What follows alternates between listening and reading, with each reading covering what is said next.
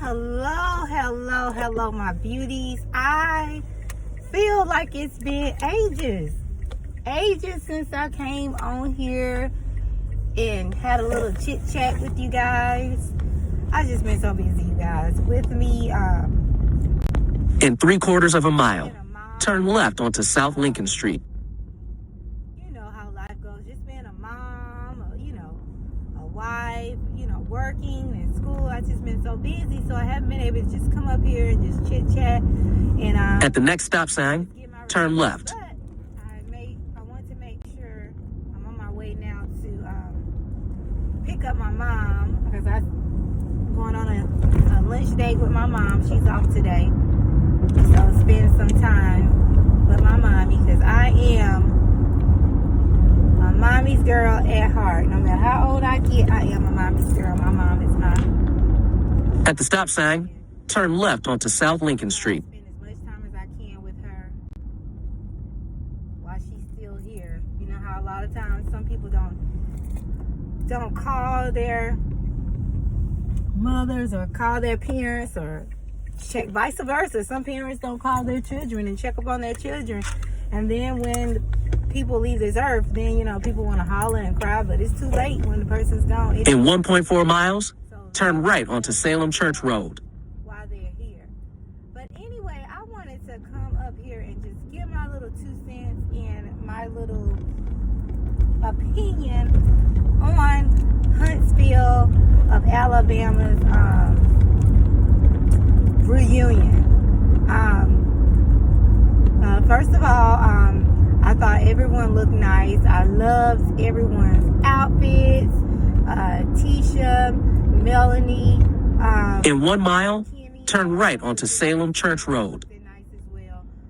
On this part 1 reunion, Tiffany and Destiny, they wasn't on part 1 reunion. They'll be on part 2. But part 1 reunion was really, really good. And one thing that I love about Huntsville, Love and Marriage Huntsville, I can really tell that all of these, people that are on this show are being genuine, and they're really sharing with us their true life. It's no filter, no lying. A lot of people these days, they love a filter. You see someone online, they look one way, and then when you see them in person, you're like, ooh, that ain't the same person I saw. That's one reason why when I post my videos, I don't put any filters or anything on it. When I post my pictures, I don't put any filters. This is supposed to be a community, a family. I want you to see all of me. All of me. We all have insecurities about certain things, but if we're supposed to be a community, a family, I want you to see all of me, no filters. But the reunion was really good. But the part that I want to jump on here and just give my 2 cents and give my opinion about is the part in the reunion where Carlos King, first of all, Carlos King, he looked nice as well. He's the executive producer of the show. And Melanie, she's a executive producer on the show as well. He pointed out a great question in the reunion, because the reunion had a lot of different topics. It was talking about, was Kimmy a side chick, which I don't even know why that even made the show. I didn't think not one time that she was a side chick. She doesn't even present herself as that type of female that she would either. She seems like she value herself way more than being anybody's side chick.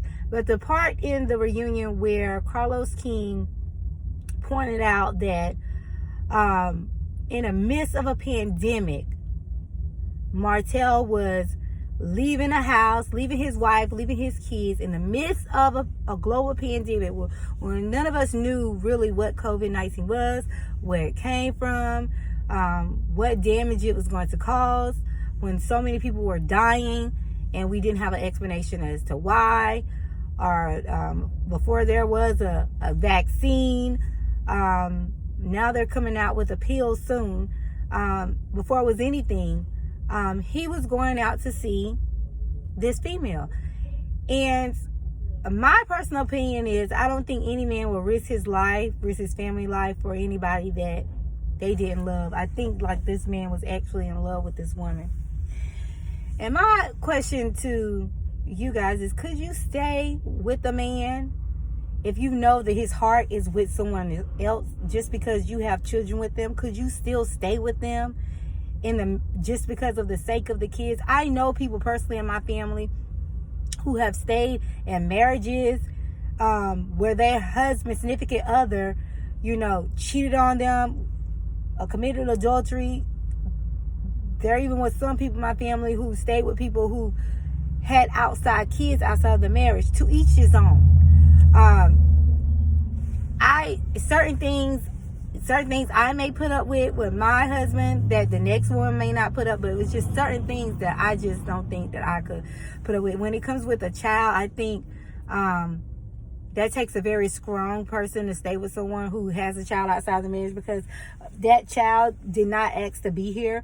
So you still got to love that child, respect that child, and that child is going to always be there. So me looking at that child will be a constant reminder of my husband cheated on me, which I just don't think I could do it. But Carlos King basically told him, you were in love with this woman. She wasn't a side piece. She wasn't a peasant like you tried to say. I feel like you just said that because you was trying to save your marriage and not hurt your wife's feelings, but you really was in love with this woman. And then it ended off with, and he asked him, if you would have met that woman first, would you have married her? And it left off. So I don't really know what the answer is going to be. We have to tune in and wait till Saturday to hear the second part of the reunion. But that's the one part of the reunion that stood out to me. And then the other part that stood out to me, which really made me upset about Martell, how Melanie's mother, how Melanie found out about the side piece was, it was a number that kept calling Martell's number, and it was an unknown number. So she finally picked up his phone, and the side chick gonna tell her, put Martell on the phone. I didn't call your phone, I called his phone. So for her to say that to Melanie, he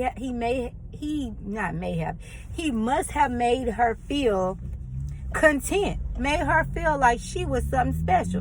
Because if you want to be, to all the side pieces out there, if you want to be a side piece, you need to know your place. You need to know your position. You need to know your position, that you are number 2 and I'm always going to be number 1. Okay?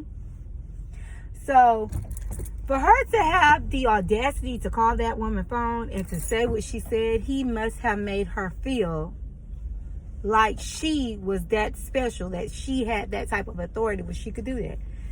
And basically, Mel was very upset. Her mom called Marceau, because she knew that they were all friends, to see if he can calm, Melanie, not just Melanie, get in contact with either one of them to try to calm her down, to try to smooth the situation down.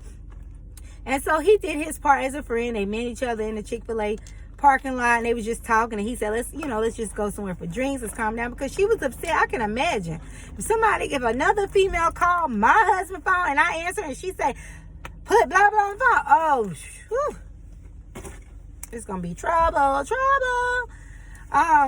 But he had the nerve, the audacity to say that, or insinuate like Marceau had a thing for Melanie, which I'm really glad that Melanie basically kicked that out the way. It seemed like Martell always just trying to push the blame on other people instead of taking the blame for himself. But those were just like the parts that stood out to me.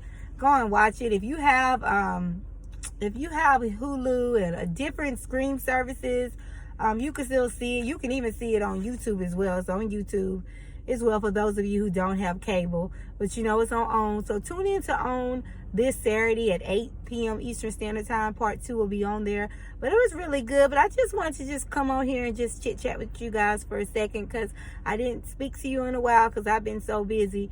But I got to start back, being regular on here at least once or twice a week. This allows me sometimes to just chit chat with you throughout the day.